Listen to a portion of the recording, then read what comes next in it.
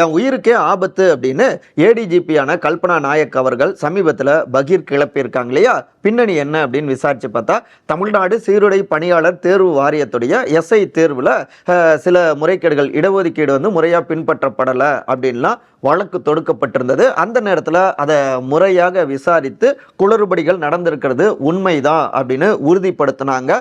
சரியாக சிறப்பாக அதில் விசாரிச்சிருந்தாங்க. அது மட்டும் இல்லாமல் பிரச்சனைகளை சரி செய்து பாதிக்கப்பட்டவர்களுக்கு பணியிடங்கள் கிடைக்கிறதுக்கு அதை உறுதியும் செஞ்சிருந்தாங்க கல்பனா நாயக். அவங்களுடைய சிறப்பான செயற்பாடுகள் வரவேற்பையும் பெற்றது. இன்னொரு பக்கம் துறையிலேயே இருக்கக்கூடிய வேறு சில அதிகாரிகளுக்கு, அதாவது தவறான அதிகாரிகளுக்கு அது வந்து கடுப்பாக்குனது.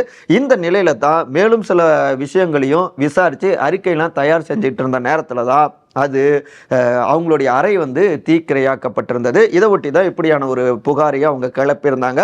பின்னணியில் டிஜிபி ரேஸும் இருக்கு அப்படிங்கிறாங்க காவல்துறை வட்டாரத்தினர்.